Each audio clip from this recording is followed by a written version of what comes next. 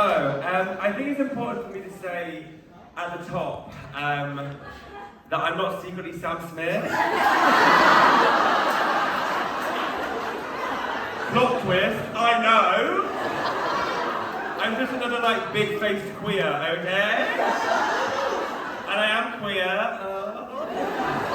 Hip hip he-day, hip hip he-day. And the thing is, like, I've been thinking about recently, like, how many of like my poor life choices, because like people think I'm Sam Smith, like truly think. So like, how many of my poor life choices is affecting their reputation? You know? Like, how many times have people on a night out been there like, oh my god, so last night I was out in a club and I saw Sam Smith and they were like passed out in the corner and they like K-holed and pissed themselves. And then later on like slurped up pizza from the floor that wasn't even there. And it's this little drug pic here. And you know, what I'm trying to do is just like push the narrative that like I look a bit like Jude Law. Okay, the lack of support in this room was homophobic. Okay, like if you squint your eyes, okay, everyone spin their eyes. Okay, now spin them a bit more until they're closed. Jude Law, Jude Law, Jude Law. Isn't it nice to be here in person? Instead of just screaming into the void? Which is what my ex used to call rimming me.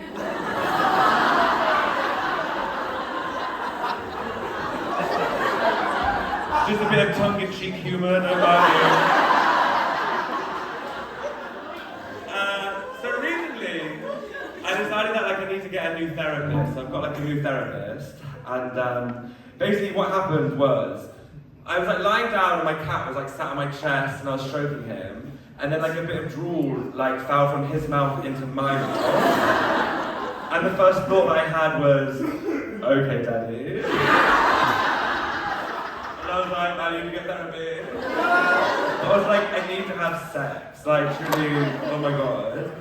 And like, the therapy's good. Like, we're talking about all the important things, you know, like trauma and like queerness and like what's happened to all those people that got mustaches tattooed onto their fingers. Like, where are they now? And like, it's good to like talk to someone, you know, because like I'm a triple threat, depression, anxiety, IBS. So like, it's good to talk to someone because it's like, queer life is hard, okay? It's like, I'm not a bungalow baby, I'm like a high rise, there are many floors to this person. And it's like, I remember this time when I came out to my dad and I was like, Dad, I'm gay, and he was like, look, I don't care what you are, as long as you're happy. And it's like, okay, thanks Dad, but plot twist, I'm not.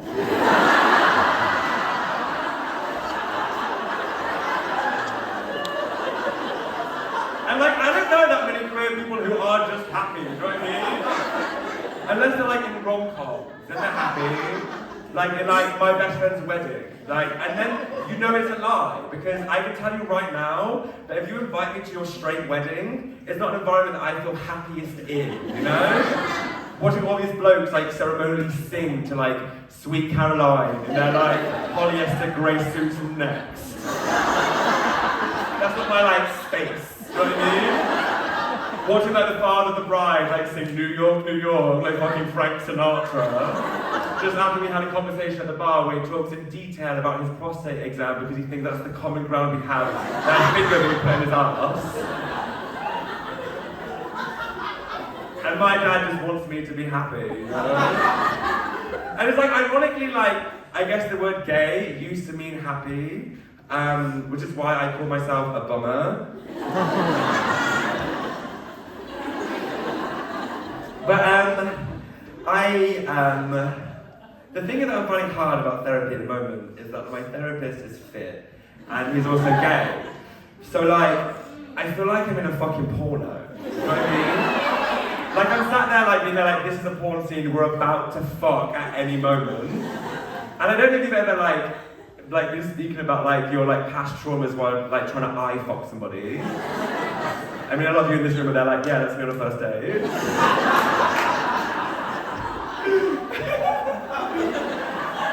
But it's mad, because I'm just there like flirting with this man, you know, like I'm sat there being like, yeah, so,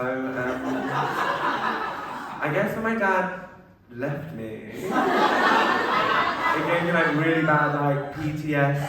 Yeah.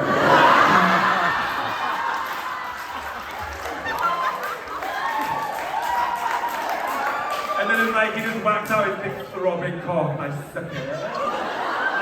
I wish. No, I'm just paying this man £70 a week to cock tease me.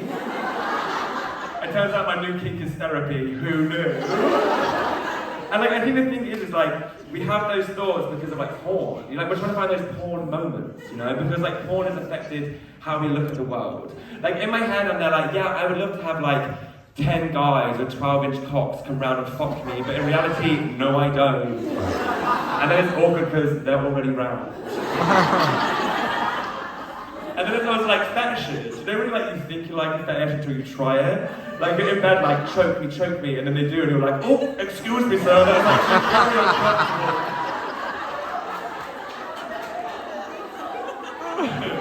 And it's like, porn isn't realistic, you know? I was watching a porno recently where like this guy went into a cafe, he ordered a coffee, and like he sat down and drank it whilst like there was like sexual tension between him and the barista, and then they fucked.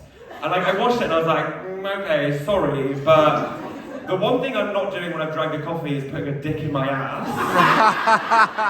Baby, I have caffeine and down there it's like a flash mob, okay? Unexpected movement en masse. Baby, I'm convinced that like, if I was born in an earlier time, like the 16th century, the local villagers would think that like my stomach was possessed by the devil. Because like, I don't know when I'm gonna shit myself, ever.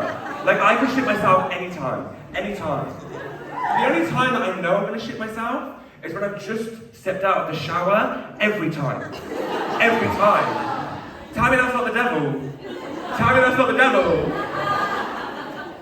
And I think, like, the thing is like, it doesn't help because I haven't had sex in a while.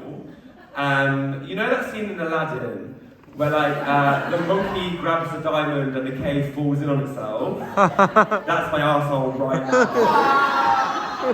You know like when you've gone and got a piercing at Claire's and that like first week you go swimming and the piercing falls out and the hole closes up? Yeah. That's me right now. And it's kind of like, I want my life to be full of more like adventurous sex. You know, like I want that. Like, I want it to be like a rom-com where there's like no rom and loads of cum, but the problem is it's just men. Like, men are a plague, is the issue. And like, I'm just so tired of like, straight girls being there like, oh, the best ones are gay. Where? Literally, where? Sorry, every man in my life is a bog witch. Like, they're all arseholes. But I mean, like, so am I, but like, you are what you eat, so... And I think, like, the thing is that, like, I'm not having sex at the moment because of this cat that I live with. So... don't call the RSPCA yet. Nah, so I live with this cat called Brian, and Brian's this huge cat. He's a huge cat, he's like a Maine Coon. Like, I'm not even sure he is a cat, he could just be like a man dressed as a cat for Father's Rights. And the thing is, like, Brian is a gay cat. And I know he's a gay cat because every time that I've like orgasm, or like I've had some around and we finished, this cat is like outside my bedroom door, like clawing and meowing like crazy. Like he loves it. It's like he's outside the door being there like, come? Is there cum in there? But like, that's not his voice. That's not his voice, because he's so big. Like, I feel like his voice is like, you know in Oliver Twist, where it's like, who will buy? And there's that man who's like, knife. That's his voice. So like, I can orgasm with this person in my room, and I've got this like man-sized cat outside my door, being there like, come, woman, come. What am I supposed to do with that? And it's kind of like, at the moment, what I want to do is like have more casual sex, you know, like have people around more often so I can like tidy my room more. And it's like, I just kind of like want to be like, you know, like go with the flow, which is Latin for be a slur. And I do know Latin, Leona Lewis, but it's a smart one, some of you might not get that. But it's like, I kind of want to do more like cruising is where you like meet men in the wild. Or like, I don't know, like have more adventures, you know, like today I Shazammed the music in the amateur porno that I was watching. That's what I'm doing with my day. I want more adventures, like I want a sugar daddy, like I'm tired of dating men that just smoke weed and don't tell me how they feel. You know, like I want to be associated with people in high places, not just high people in places. And it's like, so I want to like cruise more, so like the other week I was like walking home from a night out, and this guy like called me a faggot. And then like 10 minutes later, we're 69ing on the pavement outside the doors. There I am literally holding the full weight of homophobia by myself. But I feel like I want to sing you a little song about just like the sex adventures that we have and the intimate exploration that we have, and sometimes things go wrong and there should be shame in that. My allergies have kicked in today, so I mean like ask universal fucking and you know, allergies kick in, I get stuffed, but so I do sound a bit like Leonard Cohen right now when I sing, which is a straight joke, okay? Get it out, get it out, get it out. But I'm gonna try and sing you a song. So let's do it.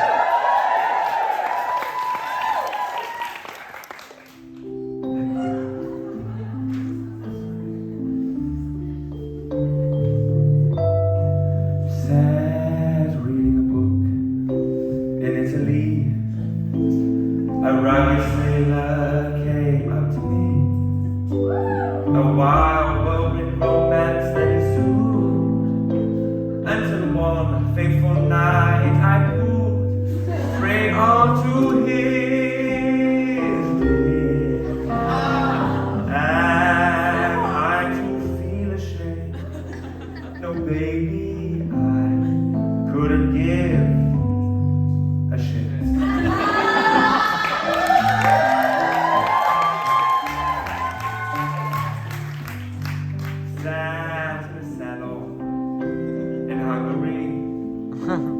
A ballet dancer came up to me.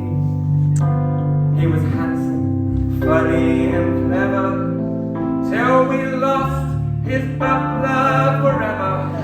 It was in my bum. Am I to feel ashamed? No, baby, it was just a bit of fun.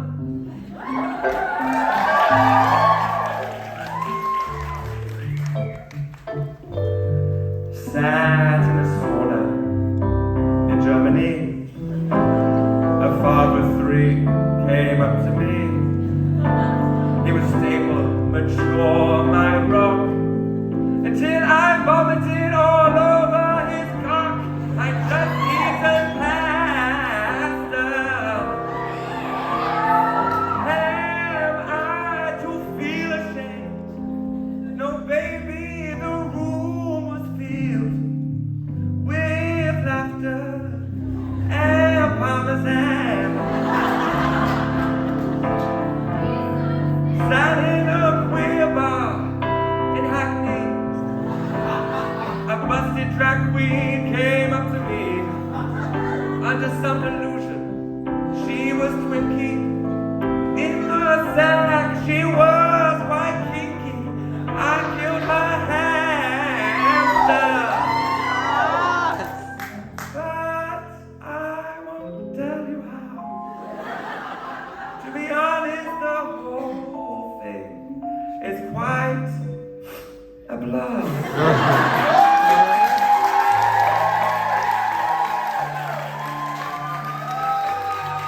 So if you're sat there burdened with shame, life's not so bad if you refrain. Sure, there are things you regret after, but with time remembered with laughter. Life's not so serious. And if you remember this, you can piss and shit and puke